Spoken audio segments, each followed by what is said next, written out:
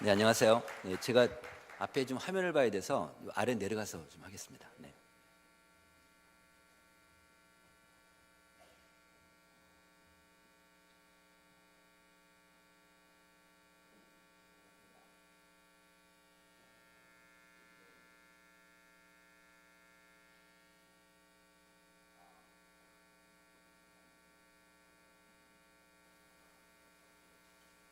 네, 됐네요. 네, 안녕하세요. 목회데이터 연구소 운영하고 있는 지용근입니다.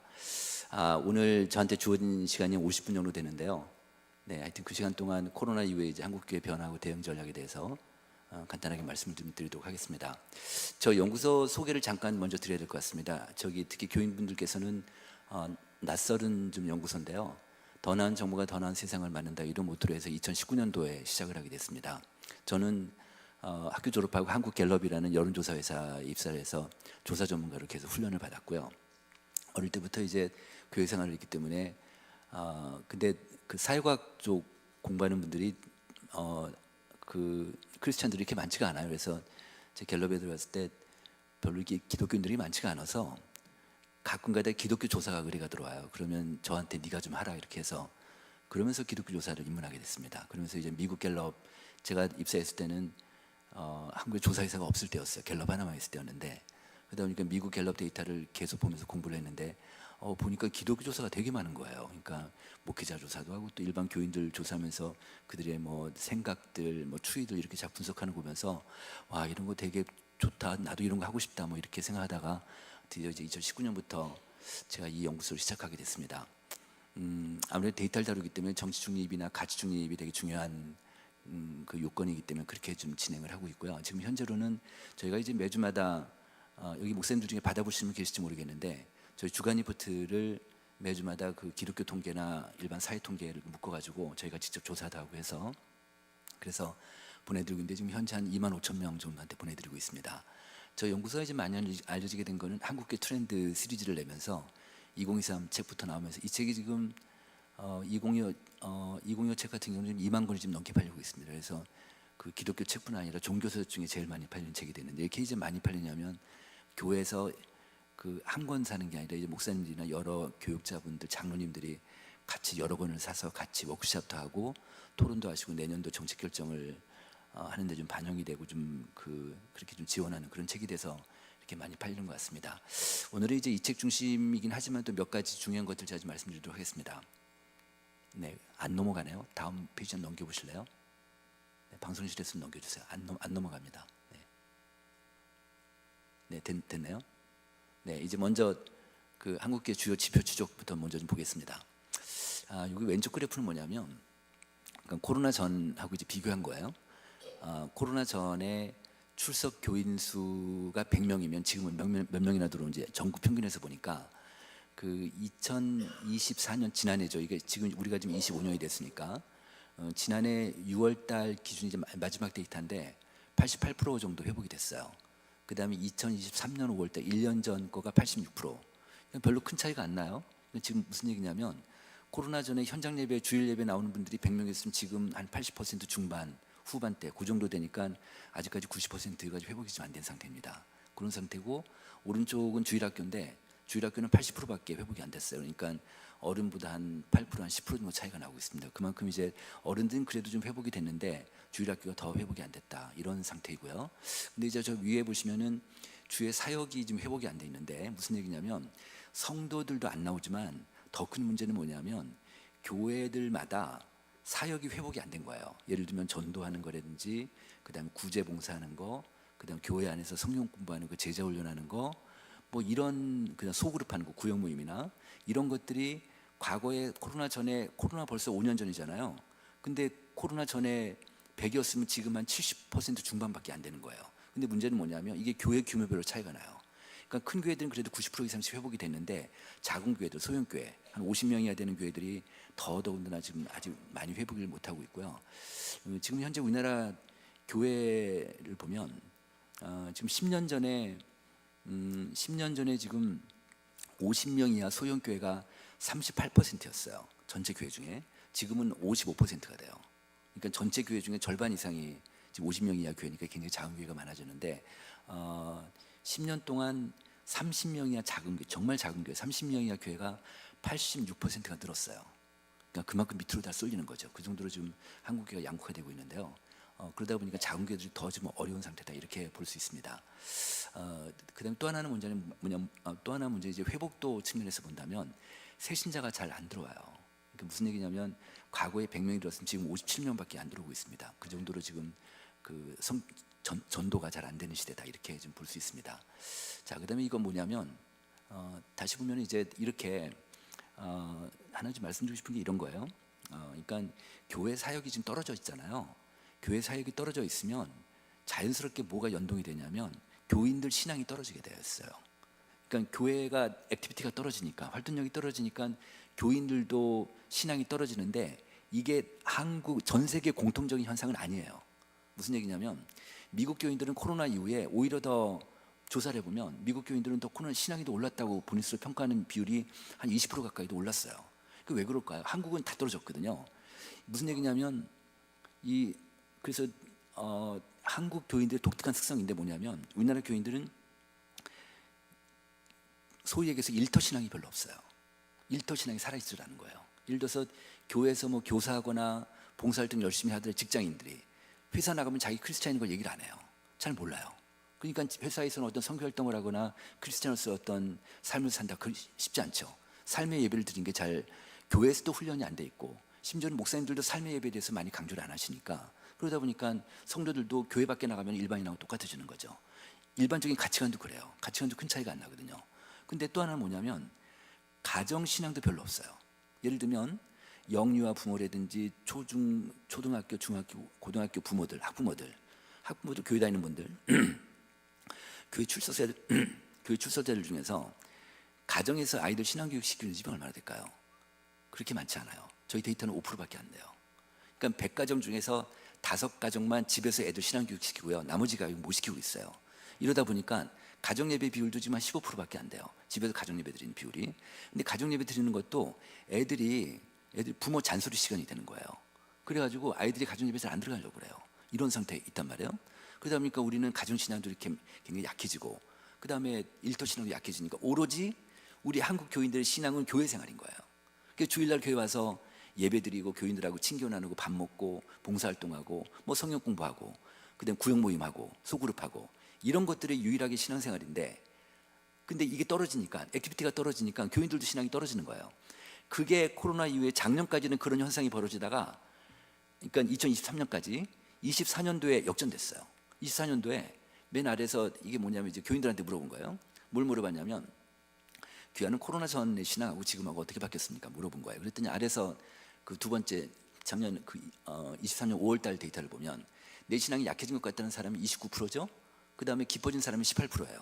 그러니까 20년, 22년, 23년이 쭉 재보니까 코로나 이후에는 신앙이 다 떨어진 거예요. 근데 맨 아래 보시면 지난해죠. 지난해 6월달이 지금 이 데이터가 마지막 데이터인데 내 신앙이 약해진 것 같다가 18이고요. 오른쪽에 빨간색 깊어진 것 같다가 28이잖아요. 더 늘어났어요. 그러니까 역전된 거예요. 도대체 왜 이런 현상이 벌어질까? 똑같이 교회 사역은 좀 안 되고 있는데 교인들 신앙은 오른 거예요. 말하자면 본인 스스로가 슬기로운 그리스도인들이 된 거예요. 말하자면 저희끼리 이제 저 연구진에 뭐 이제 그 신학교 교수도 있고 목사님도 있고 그 몇 분이 계신데 저희끼리 토론을 해봤어요. 그랬더니 이 현상이 왜 이런 현상이 나타나는가 봤더니 유튜브였어요. 유튜브 현상이 가장 크다라고 본 거예요. 무슨 얘기냐면 우리나라 지금 교인들 중에 아마 여기 오신 분들은 일주일에 한 번 이상은 유튜브에서 기독교 콘텐츠 보실 거예요. 안 보시는 분 없을 거예요. 지금 일주일에 한 번 이상 기독교 콘텐츠를 보는 분들이 86%나 돼요. 거의 대부분이 기독교 유튜브를 보고 계신 거예요. 그 다음에 1시간 이상 보는 분들이 거의 절반 가까이 되고 있습니다. 그러다 보니까 유튜브에 영향을 받는 거예요. 유튜브는 뭐 자기가 이제 예를 들어서 어느 설교를 본다 그러면 설교 하나 보면 그 다음에는 계속적으로 설교가 올라오잖아요. 소위 얘기해서 확진 평양이라는 건데 유튜브를 통해서 계속 자기가 원하는 그 콘텐츠를 보시는 거죠.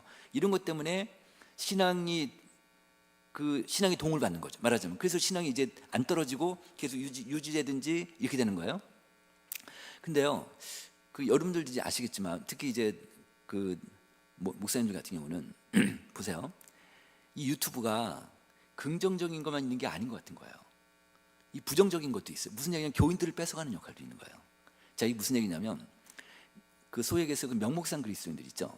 명목상 그리스도인이라는 게 이제 소위 얘기해서 그 주일날 예배만 드리고 교회에서 아무것도 안 하고 집에 가서 신앙생활 하나도 안 하는 사람들이 있을 거 아니에요. 성경도 안 읽고 기도도 안 하는 사람이 있을 거 아니에요. 이 사람들은 얼마나 될까요? 저희 데이터로는 40%가 나와요. 40% 이렇게 높아요. 그러니까 교회만 왔다 갔다 하고 전혀 신앙생활 안 하는 사람이 40% 되는 거예요. 이런 사람들을 명목상 그리스도인, 노미널 크리스천이라고 얘기한단 말이에요. 이런 사람들이 유튜브를 보는 거예요. 이런 분들은 조금만 자극받으면 다른 교회로 옮길 사람들이에요. 그렇거든요. 그러다 보니까 유튜브로 이게 영향을 받으니까 유튜브가 이제 이 사람들 뺏어갈 염려가 있어요. 유튜브가 말하자면, 그래서 저희들 판단할 때는 유튜브가 이제 어떤 역할을 하냐면 그 신앙적으로 보완제 역할도 하지만 대체제 역할도 할 것 같아요. 그래서 이제 교회 리더십들이 교회가 이제 유튜브를 잘 고민을 많이 해보셔야 될 것 같아요. 자, 유튜브를 그러면 어떻게 긍정적으로 활용할 건가, 이런 것들 좀 잘 고민해. 제가 좀 이따 다시 말씀드리도록 하겠습니다. 자, 이번에 이제 요 왼쪽 그래프 뭐냐면 목사님들한테 여쭤본 거예요. 목사님들한테 뭘 물어봤냐면, 목사님 교회는 앞으로 교인 수가 늘 것 같습니까? 줄 것 같습니까? 이걸 물어봤어요. 그게 저게 이제 왼쪽 그래프 위에 그래프를 보면 23년도 5월 달이면 벌써 그때만 해도 코로나가 다 끝났을 텐데 23년도 5월 달에 재보니까 우리 교회는 증가할 것 같다가 51%고 감소할 것 같다가 27%예요.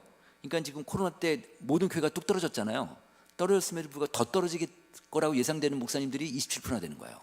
그러니까 작년까지 23년까지만 해도 되게 높았죠. 근데 24년도에 딱 들어오니까 10%로 뚝 떨어졌어요. 그러면서 이제 비슷할 거라 놓고, 그러니까 이거는 어떻게 보면은 현재 시점에서 본다면 한국 교회는 희망적인 데이터예요. 무슨 얘기냐면 이제는 떨어질 게 별로 없는 거예요. 이제는 작년하고 비슷해, 이제 앞으로 올라갈 거야. 그 희망적인 데이터를 볼 수 있는데, 근데 제가 이제 궁금한 게 있었어요. 그 왼쪽 그 아래 그래프를 보시면 이제 우리 교인 수가 늘 거야, 증가할 거라는 교회가 49% 나왔잖아요. 이 49% 교회가 어떤 교회인지 궁금하잖아요. 그래서 제가 분석을 해봤어요. 그래서 교회를 구성하고 있는 여러 가지 변수들을 다 분석해봤더니 두 가지가 나온 거예요. 두 가지가 저 그래프예요. 첫 번째는 뭐냐면 가운데 그래프가 뭐냐면 교인 수예요. 교회 규모가 클수록, 여기서 보면 500명 이상이죠.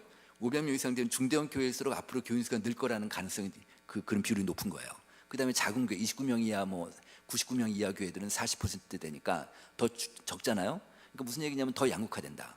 그러니까 앞으로 큰 교회가 앞으로 더 잘 될 것이다, 이렇게 볼 수 있어요. 근데 작은 교회는 그만큼 더 어려운 상황이다, 이렇게 볼 수 있고요. 그다음에 이제 오른쪽 그래프는 뭐냐면 소그룹에 대한 건데, 구역 모임이에요. 그 소그룹이 잘 되는 교회는 앞으로 교인 수가 늘 거라는 비율이 66%인데요. 소그룹이 안 되는 교회는 29%예요. 이렇게나 낮아요. 근데 여기서 보시면 가운데 그래프를 보시면 500명 이상 되는 숫자하고 29명 이하 되는 숫자 70%하고 45 빼면 어떻게 돼요? 25 정도 되죠? 숫자 빼면. 그 다음에 오른쪽 그래프 소그룹 같은 경우는 잘 되고 있는 큰 숫자하고 작은 숫자를 빼면 66하고 29면은 40, 37 정도 되니까 지금 격차가 지금 소그룹이 더 크잖아요. 이거 무슨 뜻이냐면 통계적으로 보면 소그룹이 더 영향력 있는 변수인 거예요. 더 결정 변수라는 거예요. 그래서 그 지금 제가 그 공영 베들교회 아까 목사님하고 잠깐 말씀을 나눴는데, 공영 베들교회는 코로나 전보다 지금 교인 수가 더 늘었어요. 이런 교회가 우리나라에 얼마나 될까요? 소위 얘기해서 부흥한 교회가, 지금 코로나 전보다 부흥한 교회가 얼마나 될까요? 15%밖에 안 돼요. 그러니까 공영 베들교회는 15% 안에 드는 교회인 거예요. 네, 그러니까 그 정도로 지금 그 다들 어렵죠. 15%밖에 안 되니까 다 어려운 상태인데, 그런데 그 15% 교회를 분석해 보니까 절대적인 게 소그룹이었어요. 다시 얘기하면 소그룹이 잘 되는 교회들이 대체로 잘 되는 거예요. 대체로 소그룹이 잘 되는. 그래서 이제 앞으로 한국교회가 이제 이런 스몰 그룹이죠. 소그룹이 굉장히 중요한 이제 변수가 될 텐데 이따 다시 말씀드리도록 하겠습니다. 그래서 중대형 교회하고 그다음에 소그룹 잘 되는 교회들이 앞으로 점점 괜찮을 것이다, 이렇게 볼 수 있겠습니다. 자, 이번에는 이제 인구 문제 잠깐 얘기할게요. 지금 우리나라 인구가 지금 인구가 좀 감소되고 있잖아요. 왼쪽 그래프 한번 보시면 2023년도하고 33년도, 지금 23년도 기준으로 봤더니 2023년도 말 기준이 5,170만 명이었고요. 우리나라 총 인구가. 그다음에 우리나라에서 앞으로 50년치 인구 추계가 발표가 됐는데, 그 데이터를 보면은 2033년에는 5,100만 명이에요. 그러면은 한 70만 명 정도가 줄어들 거라고 봐요. 지금 우리나라 인구가 감소되고 있는데 보세요. 앞으로 10년 사이에 총 인구가 1.3%가 줄어들어요. 어때요? 많이 줄어요? 적게 줄어요? 별로 많이 안 줄어요. 굉장히 만만하게 줄어요. 그죠? 1.3%니까 70만 명 정도 주는 거니까 서울의 송파구 정도 인구 하나 주는 거예요. 10년 사이에. 그렇게 많이 안 줄어요. 근데 앞으로 10년 사이에 구조가 완전히 바뀐다. 어떻게 바뀌냐? 0세부터 14세까지 유소년 아이들이 33%가 줄어들어요. 그러니까 가만히 있어도 주일학교 애들이 33% 준다는 얘기예요. 그리고 65세 노인들 볼까요? 65세 이상은 940만 명에서 1,400만 명으로 51%가 늘어요. 앞으로 10년 사이에. 그러니까 교회 노인분들이 앞으로 10년 사이에 절반이 더 느는 거예요. 그러니까 모든 교회가 작은 교회가 되든 큰 교회가 되든 모든 교회가 이제는 고령 친화적 교회가 되지 않을 거라는 거 보는 거예요. 이제 노인들이 중심되는 교회가 되는 거예요. 노인들이 많아지니까. 그렇게 되는 거예요. 오른쪽 표 보시면 85세 이상 같은 경우는 74%가 늘어요. 앞으로. 그렇게나 많이 듭니다. 그렇게 되면 이제 어떤 문제가 생기냐면 교회에서 이제 이 문제를 되게 좀 고민을 많이 해야 될 텐데, 자 이제 그 우리 사회가 보면 다 파편화돼 있어요. 그러다 보니까 교회도 다 나눠지게 되는 거예요. 그러니까 어느 한 주제를 갖고 모든 교인들한테 대체로 모든 교인들을 대상으로 교육하기가 쉽지 않아요. 다 생각들이 다르니까. 예를 들어 그래 저희가 그래가지고 이제 교인들 대상으로 해서 생애 주기 교육에 관련된 조사를 했어요. 그랬더니 각 연령대별로 교회로부터 받고 싶은 교육이 좀 틀려요. 20대 청년들은 무슨 교육을 받고 싶을까요? 직업에 대한 교육을 받고 싶어요. 20대 청년들은. 그다음에 30대하고 40대는 비슷하거든요. 30, 40대 사람들은 상무사원들은 무슨 교육을 받고 싶을까요? 육아에 대한 교육을 받고 싶어요. 육아, 자녀 교육 이런 거에 대한 교육을 받고 싶어요. 50대부터는요. 50대, 60대, 70대가 다 똑같은 교육을 받고 싶어요. 뭘까요? 치매예요. 치매 교육을 받고 싶어요. 지금 치매 환자들이 60대는 별로 없어요. 70대부터 생기기 시작하면 70대 중반 넘으면서 치매 환자들이 지속적으로 늘어나거든요. 80대 들어가면 80대 여성 중에서 교회 권사님들 80대 여성 중에서는 공식적으로 치매 환자로 등록된 분들이 35%쯤 돼요. 80대 여성 중에서. 그러니까 왜 50대가 치매 교육을 받고 그들의 부모 때문에 그래요. 부모 때문에. 교회에서는 이제 점점 더 고령화되니까 치매 교육 같은 걸 많이 시키셔야 할 것 같습니다. 그런 현상이 나타나는 거죠. 자, 그리고 또 하나는 뭐냐면 이게 제가 좀 전에 이제 숫자를 그래프로 그린 거예요. 저게 이제 지금 우리가 24년, 25년, 2023년 말에 우리나라 정부에서 50년치 인구 추계가 발표가 됐어요. 그래서 제가 그걸 한번 연도별로 그래프를 그려본 거예요. 이게 뭐냐면 제가 좀 전에 말씀드린 대로 2023년도에 총 인구가 5,171만 명이었는데 33년도에 5,100만 명이 70만 명 줄어요. 좀 전에 말씀드린 대로 1.3%가 주는데, 근데 그래프가 말이에요. 계속 완만하게 주는 게 아니더라고요. 이 완만하게 줄다가 뚝 떨어져요. 우리나라 인구가 뚝 떨어지는 시점이 언제냐면요. 2033년이에요. 2035년, 33년, 35년까지 완만하게 떨어지다 그 다음부터는 좀 가파르게 떨어져요. 우리나라 인구가 이렇게 되는 거예요. 워낙 이제 아이들 안 나니까 이렇게 된단 말이에요. 저는 어떤 생각이 들었냐면 우리가 보통 이제 골든타임 그러잖아요. 그러니까 교통사고 환자가 이제 살 수 있는 얼마 안 되는 시간이 골든타임이면 한국교회 골든타임이 있다고 가정을 하면 제 생각은 10년 같은 거예요. 앞으로 10년. 그러니까 아무 무방비 상태로 있다가 저는 앞으로 10년 뒤 정도 되면 한국교회가 무방비 상태를 당할 것 같아요. 인구가 떨어지니까 교인들이 급속하게 주니까 아이들도 없고 뭐 20대 30대 더 없고 그러니까 노인들밖에 안 남으니까 그래서 앞으로 10년 사이에 어느 교회가 누가 어떻게 준비하는가에 따라서 완전히 판도가 바뀌겠구나 그런 생각이 드는 거예요. 그게 앞으로 10년이 되게 중요하겠구나.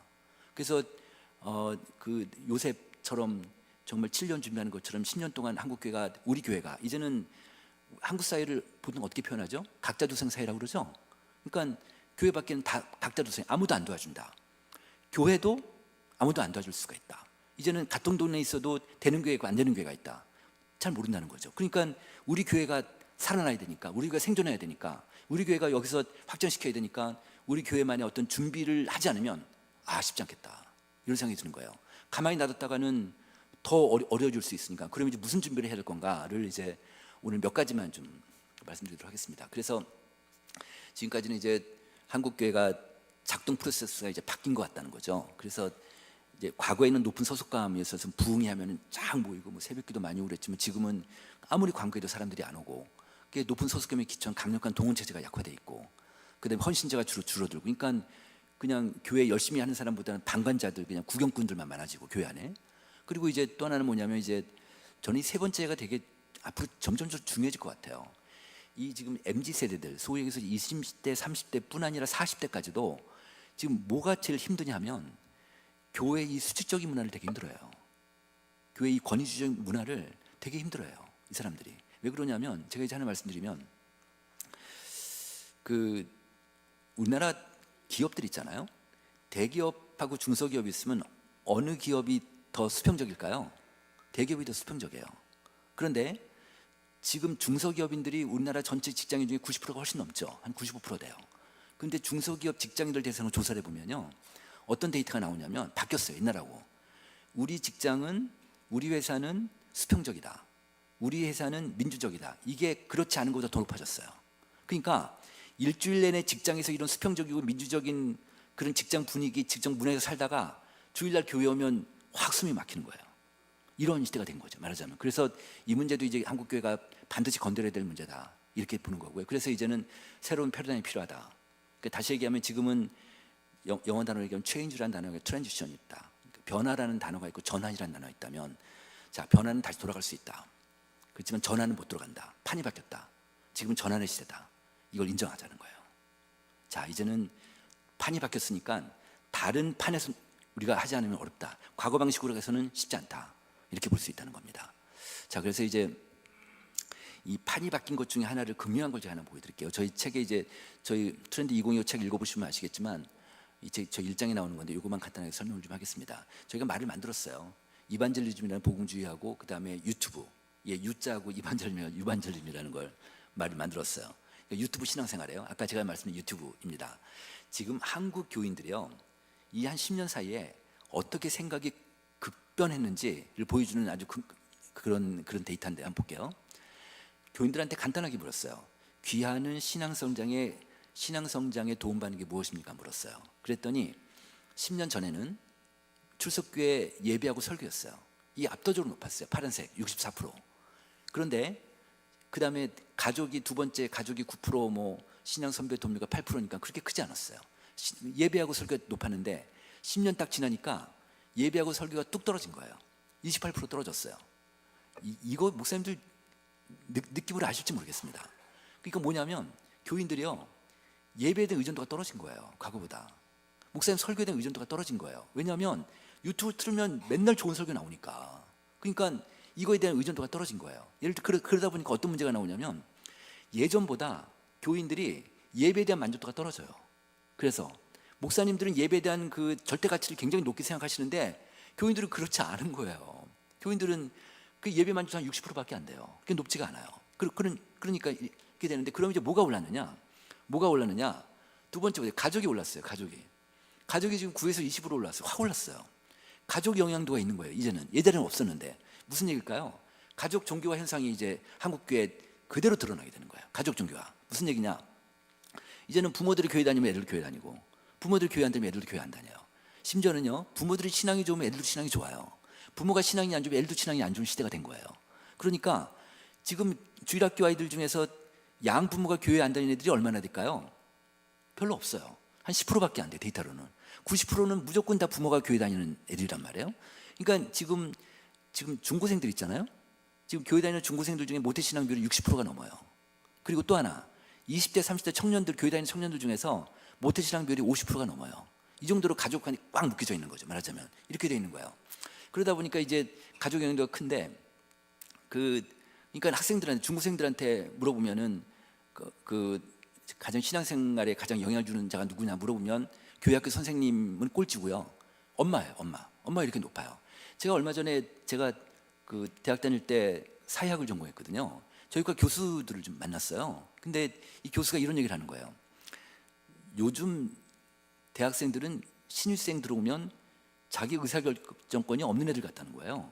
이게 무슨 얘기냐면 학교에서 좀 어려운 거 있으면은 집으로 전화해서 엄마한테 물어본대요. 엄마 이거 어떻게 해야 되냐고. 이런다는 거예요. 그러니까 그러면서 이 교수 하는 얘기가, 요즘 엄마들은 사랑하는 엄마가 아니라 매니저 맘이래요. 매니저 맘. 그러니까 매니저인 거예요, 엄마가. 그러니까 엄마가 애들 어릴 때부터 학원 디자인해서 돌려버리니까 아이들이 엄마한테 절대적으로 종속적인 거예요. 그러니까 지금 뭐예요? 우리 매년마다 이제 5월달 뭐 이쯤 되면 각 교회마다 교사대학 하시잖아요. 교사대학보다 교사대학도 중요하지만 더 중요한 건 부모대학이에요. 부모가 절대적이니까 아이들한테 교회학교 살리려면 부모를 살려야 된다. 이런 논리가 나오는 거예요. 저희 교회 제가 이제 저희 교회 그 부목사님하고 어떻게 얘기를 하는데 이 부목사님이 중고등부 담당 목사님이세요. 그 이제 목사님이 이제 이 목사님이 주일날 중고등부 예배 때 안 나온 애들 있잖아요. 그럼 얘네들한테 이제 그 주중에 전화 신방을 하는 거예요. 전화를 해보면 애들이 보통 안 받는데요. 잘 안 받아요. 아무래도 목사님이 전화하니까 이제 불편하니까 안 받는데 받는 애들이 있대요. 받는 애들이 대체로 어떤 애들이냐면 어떤 애들일까요? 목사님 전화 받는 애들이 이 목사님하고 엄마하고 친하면 받는데요. 그러니까 그 엄마한테 혼날까봐 그런 거예요. 아, 그러니까 이게 엄마한테니까 지금 그 가족 영향도가 있는 거죠. 그만큼 그런 얘기고. 세 번째는 뭐냐면 미디어 영향도예요. 미디어가 지금 1에서 19%로 올랐어요. 한 10년 사이에. 아, 그러니까 뭐 미디어 결국 유튜브일 텐데요. 앞으로 그럼 이 조사를요. 10년 뒤에 하면 어떻게 될까요? 10년 뒤에 하게 되면 이 추세로 가면 끔찍한 결과 나올 수도 있어요. 미디어가 1위가 나올 수도 있어요. 두 번째가 가족, 세 번째가 목사님 될 수도 있어요. 물론 그렇게 안 돼야 되겠지만 그래서 이런 말이 있습니다. 예상되는 위기는 현실화되지 않는다. 이런 말이 있어요. 예상되는 위기는 현실화되지 않는다. 다시 얘기하면 이런 위기를 예상할 수 있으면 그 사회적 주체들이 미리 대응하기 때문에 예상대로 안 간다는 거예요. 자, 그래서 이런 문제니까 예배가 중시다 그러면 예배를 중심해서 어떻게 교회가 우리가 어떻게 가야 될지 이 미디어가 분명히 그 동전의 양면처럼 긍부정 영향이 다 있는데 미디어를 어떻게 긍정적으로 쓸 건지를 정말 교회마다 고민을 많이 해보셔야 되는 거죠. 예를 들어서 제가 하나 말씀드리면 분당에 만나교회라고 있어요. 분당에 김영삼 목사님 계신데 그분이 얼마 전에 뵀는데 그분이 이런 얘기를 하세요. 작년이죠 벌써. 작년 우리 교회가 1월부터 3월까지 새 신자가 3,000명이 왔대요. 세상에 우리나라에 그런 교회가 있어요. 3,000명이 왔는데 그중에 1,000명이 청년이래요. 그리고 2,000명이 주로 30, 40들이 왔대요. 30대, 40대가. 그러다 보니까 이게 왜 이렇게 많이 왔냐면 근데 본인 생각엔 다 수평이동 같대요. 그러니까 뭐 새 신자 오는 게 아니라 다 다른 교회에서 목동이 아니라 그 분당의 갈보리 교회인가요? 왜 그 싸움난 교회 있잖아요. 그다음에 그런 교회 교인들이 다 나와가지고 이런 교회로 오는 거예요. 말하자면 그런 건데 근데 이 교회가요. 그러니까 상고상들이 많이 오니까 애들도 많이 올 거 아니에요. 이 교회가 교회학교가 넘쳐나니까 주일학교가 넘쳐나니까 애들을 못 받고 집으로 다 돌려보낸다는 거예요. 그러다 보니까 이 교회가 지금 12,000명인데 더 이상 안 받겠다고 선언을 했대요. 외부적으로. 그렇다는 거예요. 근데 이 교회가요. 왜 이런 현상이 벌어지냐면 보통의 교회들이 전혀 생각지 못했던 코로나 이전부터 훨씬 이전부터 했던 게 하나 있어요. 이 교회가 뭘 했죠? 미디어 교회라는 걸 교회 안에서 시작을 했어요. 미디어 교회라는 걸. 그 영상을 계속 찍어내고 영상 만들어서 계속 올리고 교인들한테 보내주고 홈페이지 계속하고 그다음 설교 시간에도 계속 영상 나오고 이러다 보니까 이 효과가 지금 나타나는 거예요.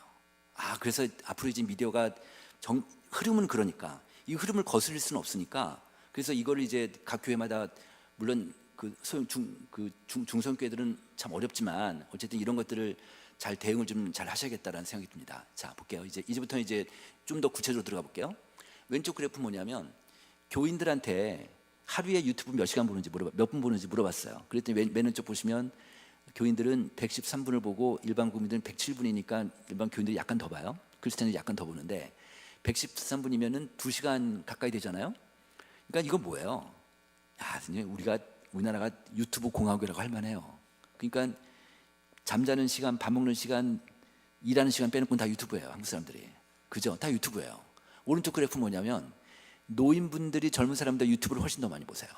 노인분들이. 그러니까 시간이 많으시니까 그런 거예요. 2배나 차이가 나요. 그럼 뭘 보냐? 지금은 주로 설교하고 찬양을 많이 보세요.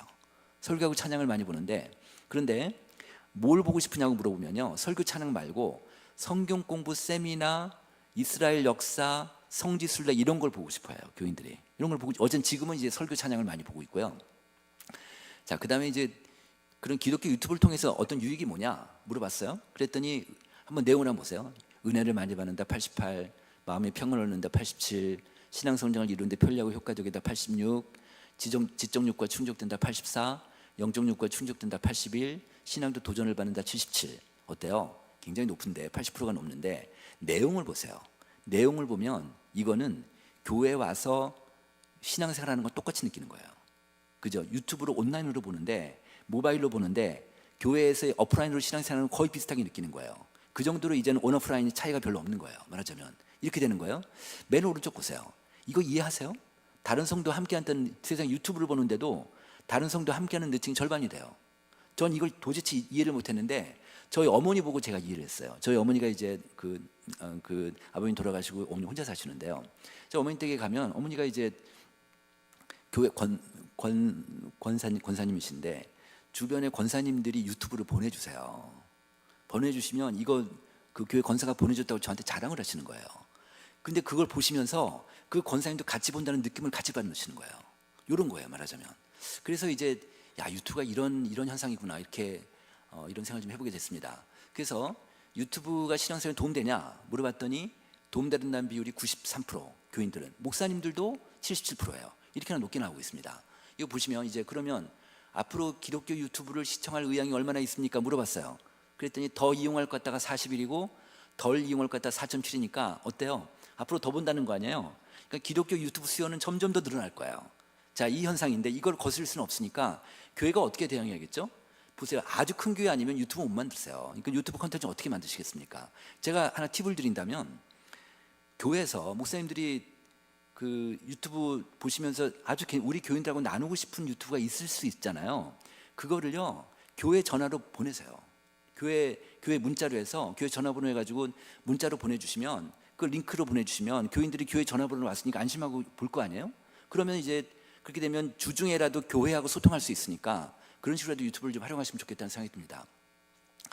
자, 그다음에 이제 유튜브로 이번에는 뭐냐면 이제 유튜브로 대체할 수 없는 교회 기능이 뭐냐? 그러니까 하도 유튜브 그러니까 유튜브 속에 지금 우리가 지금 다 쌓여 있으니까 유튜브가 도대체 그렇지만 유튜브가 접근할 수 없는 교회 기능이 뭐냐 물어봤더니 첫 번째가 성도와의 교제였어요. 맞죠? 이렇게 나올 수밖에 없죠. 왜냐하면 이제 말씀과 찬양의 은혜, 영적 욕구 충족, 마음의 평안도 다 있긴 하지만 저건 유튜브도 같이 할 수 있는 거니까 유튜브가 도저히 범접할 수 없는 게 성도의 교제. 이건 소위 해서 코이노냐잖아요. 그래서 저는 어떤 생각이 들었냐면 물론 말씀도 중요하고 예배도 중요하고 다 중요하지만 미래교회를 생각한다면 미래교회의 승부를 보려면 저 코이노냐구나 이런 생각이 드는 거예요. 교회인들끼리 코이노냐가 강한 교회들이 결국 살아남겠구나. 유튜브가 아무리 공격한다 하더라도 끄덕없이 우리 교회, 왜냐하면 코이노냐가 강하게 공동체성이 올라가니까, 그죠? 공동체성이 올라가니까. 그럼 코이노냐의 대표적인 게 뭘까요?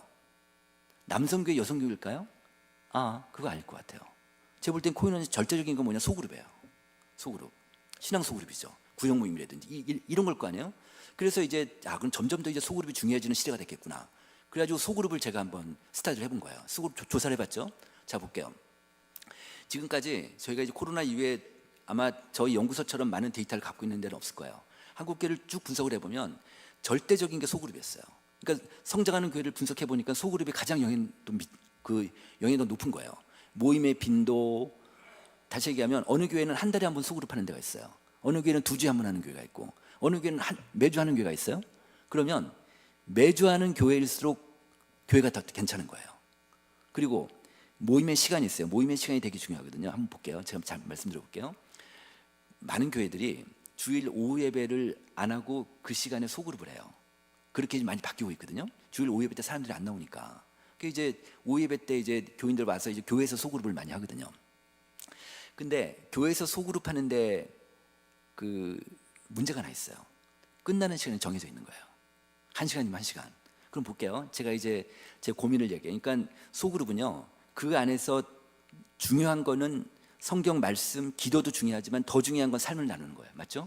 소그룹은 삶을 나누는 거예요. 근데 이제 자기 고민을 얘기해요.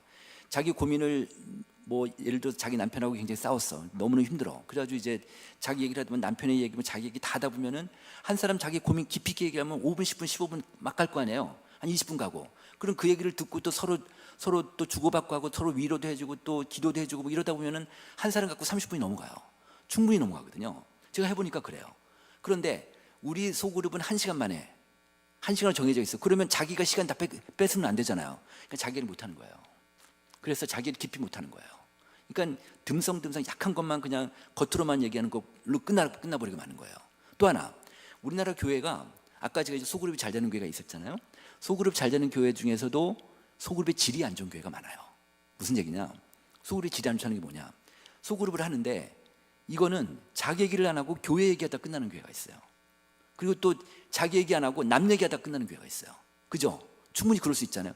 그게 아니다. 자기 얘기를 해야 된다. 그러려면 소그룹 리더, 구역장님이 먼저 자기 고백을 해야 된다. 자기 얘기를 해야 된다. 이러면서 그 말씀 속에서 이렇게 돼서, 그 소그룹은 뭐냐면, 제가 볼 때는 소그룹의 성과라고 본다면 소그룹이 잘 되는 교회 안 되는 교회가 특징 중에 하나는 뭐냐? 소그룹 안에서 사람들이 변화가 일어나는 거예요. 아, 변화가 일어날까요? 만약에 남 얘기하고 교회 얘기하다 끝나면 그 안에서 변화가 안 일어나잖아요. 그러니까 변화가 안 일어나니까 간증거리가 없어지는 거예요. 간증자가 누군지, 자기 삶이 변화된 걸 잘 모르는 거죠. 말하자면 이런 게 나타나는 거예요. 그래서 그 안에서 소그룹이 정말 열매가 있으려면 그 안에서 변화가 있어야 된다. 이런 것들을 좀 생각하시면 좋을 것 같다는 생각이 들고요. 그 다음에 이제 교제가 있어야 된다. 교제 없이 하는 거는 정말 그냥 아무 얘기나 막 할 수 있으니 교제가 있어야 된다는 거고, 그다음 또 하나 중요한 건 리더의 교육이 필요하다. 리더의 교육이 필요하다. 자, 그래서 어떤 교회는 1년에 한 번도 리더 교육 안 시키는 교회가 있어요. 그 다음에 반년에 한 번 교육시키는 교회도 있고, 그 다음에 한 달에 한 번 교육시키는 교회도 있고, 어떤 교회는 매주마다 리더 교육 시키는 교회가 있습니다. 그 보면 리더 교육을 빈도가 많으면 많을수록 그 교회가 잘 되는 거예요. 그렇게 나오고 있습니다. 네. 그래서 소그룹은 철치다, 교회 안의 교회다, 이런 인식을 갖고 좀 소그룹에 대해 다시 한번 좀 생각해 보시고 좀 가셨으면 좋겠다. 그래서 이 안에서 교회 기능들, 말씀이 있고 전도 선교가 있고 교제가 있고 구제공사가 교육이 있다, 이런 것들이 그 소그룹 안에서 다 이루어지는 게 소그룹이다, 이렇게 볼 수 있는데요. 그게 이제 목사님들한테 물어봤습니다. 그게 8가지 교회 유형을 딱 보여준 다음에 뭘 물어봤냐면, 그 앞으로 성장 가능성이 가장 높은 교회가 어디입니까 물어봤어요. 그랬더니 첫 번째가 소그룹이었어요. 소그룹 모임이 활발한 교회가 가장 높게 나오고, 두 번째가 설교, 예배, 전도, 이렇게 나온 거예요. 그러니까 이게 무슨 함의가 있냐면, 우리나라 전국에 500명 목사님 조사했거든요. 담임 목사님 조사했는데요. 그러니까 시골에 있는 목사님, 도시에 있는 목사님, 작은 교회 목사님, 큰 교회 목사님을 골고루 랜덤하게 추출해가지고 조사했더니 이게 나온 거예요. 이건 어떻게 보면 이분들의 집단 지성이 결합한 데이터라고 봐야 돼요. 그중에서 소그룹이 가장 효과적이라고 보는 건데요. 그래서 이제 소그룹 하는 분들한테 물어봤어요. 하는 분들한테 모이면 즐겁다, 나에게 유익함이 있다, 친밀한 관계를 유지한다, 어려움을 당한 사람을 돕는 문화 분위기가 있다, 그 다음에 신앙적 격려와 자극을 받는다, 나눔의 깊이가 있다, 이게 한 90% 안팎 정도. 그러니까 소그룹 안 할 이유가 없죠. 그러니까 소그룹을 지금 보통 대체로 모든 교회가 소그룹 하는 사람들이 50%가 안 돼요. 절반이 안 되죠. 물론 절반이 훨씬 안 돼요, 사실은 소그룹 하는 분들이. 자, 이거를 얼마나 끌어올릴 수 있을까가 되게 중요한데, 아이고, 네. 여기 보시면 저희가 실험을 해봤어요. 어떤 실험을 해봤냐면, 이 소그룹 하는 교인들을 전국에 500명을 뽑았어요. 그다음 소그룹 안 하는 교인들을 전국에 500명을 뽑았어요. 그래가지고 두 그룹을 테스트한 거예요. 어떤 테스트를 했냐면, 왼쪽 보세요. 귀하는 지난 1년 사이에 전도 대상자를 마음에 정한 적이 있습니까? 물어봤어요. 그랬더니 소그룹 하는 사람들은 34%가 정했대요. 근데 소그룹 안 하는 분들은 14%가 정했대요. 차이가 커요. 그 다음 질문이 뭐였냐면, 그 사람을 교회 데려왔습니까? 물어봤어요. 그랬더니 교회 초청한 사람의 소그룹 활동자는 50%가 데려왔어요. 근데 소그룹 안 하는 분들은 26%가 데려온 거예요. 그러니까 이걸 전체 환산해 보면, 소그룹 하는 분들은 1년에 한 명이라도 교회 데려온 사람이 17명이에요. 17%예요. 근데 소그룹 안 하는 분들은 4%예요. 그러니까 4, 40명 4배 차이 나잖아요. 그러니까 다시 얘기하면 교회 전도한 사람이 누구예요? 소그룹 하는 사람들이에요. 그죠? 교회 전도하는 사람은 소그룹 하는 사람들이에요. 다시 얘기하면 전 교인의 소그룹을 묶을 수만 있다면, 전 교인의 소그룹 안으로 들어갈 수만 있다면 그 교회는 안 될래 않을 수가 없는 거예요. 그죠? 자, 그 다음에 이건 뭐냐면, 이제 그 소그룹 성공 사례 하나 말씀드릴게요. 통합교단의 그 포항에 있는 교회인데요. 이 교회가 지역별 교구로 다 돼 있어요. 아주 전통적인 교회였어요. 근데 이제 교회가 너무 안 되다 보니까 당회원들이 계속 고민을 많이 했어요. 당회원들이 이제 고민도 많이 하고, 그 뭐 세미나도 많이 하고, 그냥 공부도 많이 하고 해가 책도 많이 읽고 해가지고, 결국은 이분들이 이 교회에서 어떤 의사결정을 했냐면, 지역별 교구를 없애버렸어요. 없애버리고 연령별 교구를 다시 재편한 거예요. 그래서 유초등부 부모교구, 중고등부 부모교구, 그 다음에 30, 40대 교구, 그 다음에 50대, 60대, 70대 이렇게 연령별로 나눠버렸어요. 이제 맨 오른쪽에 이제 요한공동체가 72세잖아요. 그러니까 은퇴한 분들, 은퇴한 노인들 교구를 만든 거예요. 은퇴한 교인들 그 교구를 만들었는데, 이 교회에서 아이디어를 내가지고 이 은퇴한 노인들의 소그룹 리더를 누굴 시켰냐면, 그 교회 40대, 50대 여성 집사님, 권사님을 훈련시켜서 집어넣었어요. 70대 노인들한테. 그랬더니 한 몇 년 지나니까 어떤 현상이 벌어졌냐면, 이 노인분들이 자기 고민을 자기 자식이나 배우자하고 상담을 안 하고 이 소그룹 리더하고 상담하기 시작하는 거예요. 이 소그룹이 잘 되기 시작하는 거예요. 이 교회는 매주 목요일마다 이 노인들이 다 와가지고 요한공동체 다 와서 교회에서 구석구석에서 소그룹을 하고 있어요. 그러다 보니까 어떤 현상이 벌어졌냐면 주일 예배 나오는 노인들보다 이 목요일 날 나오는 노인들이 더 많아진 거예요. 그렇게 된 거예요. 그러니까 이게 교회에 영향을 해가지고 다른 밑에 연령대 소그룹이 다 잘 되는 거예요. 그런 교회입니다. 그렇습니다.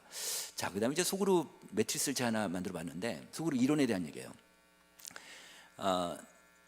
저 그림 보세요. X축 오른쪽은 교회 다니는 사람, 왼쪽은 교회 안 다니는 사람. 그다음에 이제 Y축은 위로는 믿음 있는 사람, 아래는 믿음 없는 사람. 그러면 지금 현재 구역 모임 나간 사람이 누굴까요? 저 일사분면이죠. 우리 교회 다니면서 믿음 있는 사람이잖아요. 믿음 없는 사람은 잘 설득해서 올 수도 있지만 대체로 일사분면 사람들이 소그룹을 해요. 한국 교회에서. 그런데 이사분면 보세요. 믿음 있고 교회 안 다니는 사람, 믿음 있고 교회 안 다니는 사람. 이 사람들은 이제 소위 해서 가난한 성도. 그러니까 예수 믿지만 교회 안 다니는 사람 있잖아요. 이런 사람들, 또 교회도 안 다니고 믿음도 없고 완전 초신자들, 완전 새신자들, 이 사람들이 전도의 거점이 된다는 거예요. 이 사람들을 소그룹으로 데려와야 된다는 거예요. 근데 한국 교회 대부분의 교회들이 소그룹에서 전도할 생각을 잘 못해요. 전도 대상자를 고개 갖고 기도하기 쉽지 않아요. 자, 그런데 서울에 있는 어떤 교회는요, 이런 교회가 있어요. 저쪽 강남에 있는 교회인데요. 이 교회는 소그룹을 하잖아요. 소그룹이 잘 되는 교회예요. 소그룹을 하는데 소그룹 리더가 앞에 앉아 있으면 소그룹 리더 오른쪽 자리를 비워놔요. 이 자리는 무슨 자리일까요? 이 자리가 새신자 자리예요. 이 교회는. 그러니까 소그룹 리더뿐 아니라 그 구성원들이 일주일에 저 자리를 누굴 채울까를 계속 고민하는 거예요. 그러니까 새신자가 올 수 있도록 애니타임 웰컴인 거죠. 그러니까 소그룹 교제를 하더라도 새신자가 와서 언제든지 풀 수 있도록 쉽게 만드는 거예요. 이렇게 되니까 이 교회는 어떻게 하면 새신자를 소그룹 데려올 건가, 전 교회가 그런 문화가 되어 있는 거예요. 소그룹에서. 그러니까 소그룹에서 데려와서 여기서 친해진 다음에 대회를 오게 하는 거죠. 말하자면 이런 시스템이 되어 있는 교회가 있습니다. 어쨌든 그래서 소그룹이 전도의 거점이 된다. 이런 식으로 완전히 발상을 전환해보자. 이렇게 되면 이 안에서 공동체가 굉장히 활성화되기 때문에 공동체성이 확 올라가는 거예요. 그래서 소그룹이 잘 되는 교회의 특징이 하나 있습니다. 우리가 보통 명절 때 교회에서 누가 제일 명절 선물을 많이 받는, 담임 목사님이 제일 선물을 많이 받으시잖아요. 그런데 이 소그룹이 잘 되는 교회 특징 중에 하나 뭐냐면 담임 목사님은 선물을 잘 못 받고요, 소그룹 리더가 선물을 많이 받아요. 그러니까 그만큼 이제 소그룹 중심으로 가는 거죠. 말하자면. 네. 그 미국의 셀백 교회라고 그 소그룹이 잘 되는 교회가 있습니다. 그 리고레 목사, 그 목적 이끄는 삶 쓰신 그분이 은퇴하셨는데 이분이 늘 하시는 얘기가 있어요. 이분이 이제 이 교회는 지금 현재 주일 출석 교인 수가 17,000명이에요. 근데 일주일에 매주마다 소그룹이 1,600개가 움직이는 교회예요. 그 정도로 움직이는데요. 이 교회가 이분이 하신 얘기예요. 사람들의 변화는 대그룹에서 일어난다고 생각하지 않는다. 사람들의 변화는 소그룹에서 변한다. 소그룹에서 일어난다. 그러니까 소그룹에서 그런 사람들이 변화할 정도의 소그룹 문화를 만들고 그런 시스템을 만들고 하는 거 되게 중요하다는 거죠. 말하자면. 네. 자, 이번에 이제 그 좀 더 구체화시켜서 제가 상공사공들 좀 얘기하겠습니다. 코로나 때 상공사공들이 많이 빠져나갔어요. 여기 4번 보시면 코로나 이후에 현장 예배를 이탈한 상공사공들이 지금 30%가 넘어요. 이렇게나 지금 많이 빠져나가서 되게 좀 각 교회마다 허리 세대가 없어서 되게 좀 어려운데, 그래서 저희가 이제 상공사공 크리스찬들 상공사공 조사를 해봤어요. 조사를 했더니 이들은 다른 세대와 달리 좀 독특한 특성이 있어요. 어떤 특성이 있냐면 일단 사회생활을 하는데 너무 힘들어해요. 너무 힘들어요. 절반 이상이 직장 스트레스를 심하고, 또 하나는 뭐냐면 이제 결혼했으면 아이가 있으면 가사 육아로 너무너무 힘들어해요. 제가 제 얘기를 잠깐 하면은 제가 아들이 하나 있는데 아들 결혼시켜서 아들 며느리랑 같이 살아요. 같이 사는데 이제 그 며느리는 직장 생활하다가 아이를 낳고 이제 집에서 육아만 하고 있어요. 근데 그 어느 날 밤에 한 9시쯤에 밤에 제가 거실에 앉아 있는데 제가 그 장면을 우연히 보게 된 거예요. 우리 아들이 밤에 9시에 야근하고 퇴근하고 들어왔는데 며느리가 방에 나와서 이제 현관에 들어오는 아들한테 자기가 애를 안고 있다가 애를 우리 아들한테 넘기는 거예요. 그리고 지는 방으로 쏙 들어가는 거예요. 그러니까 그때부터 우리 아들은 또 애를 봐야 되는 거예요. 야, 그참 아버지로서 우리 아들이 너무 불쌍해, 너무 안쓰러운 거예요. 야, 이래 뭘 그걸 세상에 하루 종일 일하고 애를 놔두지 애를 보게 하냐 이렇게 하는 거지. 이런 생각이 드는 거예요. 그래서 제가 그렇지만 말을 못 하고 며칠 뒤에 이제 제가 그 아들한테 물어봤어요. 그랬더니 우리 아들이 하는 얘기가 결혼하기 전에 애를 낳으면 같이 키우기로 약속을 했다는 거예요. 그러니까 얘는 그 상황이 돼도 애를 이렇게 돌봐야 되는 거를 자기 운명으로 생각하는 거지. 야, 우리 때는 안 그랬는데. 제가 우리 아들 어릴 때 애를 안고 이제 만약에 저희 그 명절 때 저희 부모님 댁에 가면 제가 부모님 댁에서 애를 안고 있으면 우리 어머니가 뭐라고 그러셨어요. 남자가 애 안는 거 아니라고. 야, 시대가 이렇게 바뀌었어요. 그러니까 근데 이게 요즘 남자들도 다 애를 육아를 하고 가사노동을 같이 한단 말이에요. 근데 이게요 힘들어요. 제가 우리 아들 며느리를 보면 애 하나가 있어도 어쩔 줄을 몰라요. 너무 힘들어하는 거예요. 그러니까 이게 이 스트레스를 받는 게 신앙적으로 부정적인 영향을 끼친다고 이들이 얘기하는 거예요. 그래가지고 3명 중에 1명 정도가 이 육아하고 이 사는 게 힘들어가지고 교회 생활을 못 하겠다는 거예요. 이렇게 나오는 거예요. 그래가지고 하나님을 믿지만 그리스도 잘 모르겠다고 하는 친구들이 3명 중에 1명이 되는 거예요. 그래서 전 연령대 중에서 30, 40대가 제일 신앙이 약해져 있는 거예요. 그렇게 돼 있는 거예요. 또 하나 뭐냐면 여러분들 그 목회하시면 아실 거예요. 30, 40대가 가난해요. 되게. 얘들이 과거 10년 전에는 40대가 헌금 액수가 제일 많았거든요. 지금 50대로 바뀌었어요. 그러니까 가난해요. 그 사회학자들이 뭐라고 얘기하냐? 우리는 대한민국 역사상 지금 30, 40대가 그들의 부모보다 처음으로 가난한 세대가 될 거래요.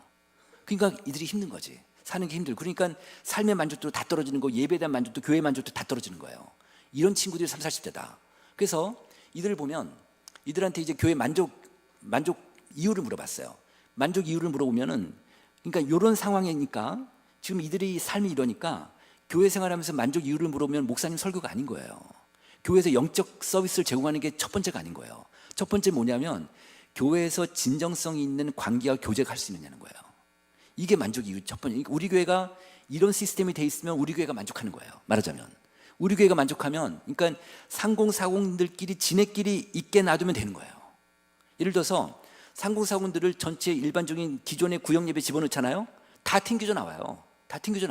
거기 어울리지 못하는 65세 권사님이 구역장하고 있으면 상공사공 뭐 여자 집사람이 들어가잖아요. 맨날 시어머니 역할밖에 못하고 시어머니 얘기밖에 못하고 그러니까 다 튕겨져 나오는 거예요. 그러니까 자기네끼리 모아놓으면 잘 되는 거예요. 이게 이런 현상들이 벌어진다. 그래서 이들은 그 가장 중요한 건 뭐냐면 교회 안에서 진정성 있는 관계 교제가 되게 중요하다. 이렇게 볼 수 있다는 거죠. 그리고 이제 오른쪽 보시면 이건 불만족한 이유예요. 불만족 요인을 물어보니까 시대의 흐름을 쫓아가지 못한다. 우리 교회가 교회 지도자들의 권위적인 태도가 문제가 있다. 이런 얘기를 하는 거예요. 그러니까 이거 뭐예요? 교회의 어떤 문화적인 거, 이 수적인 거버넌스 문제가 있는데, 그러니까 이들이 저런 거에서 불만이 있으면은 결국은 교회를 벗어나갈 텐데, 지금 지난 10년 사이에 말이에요.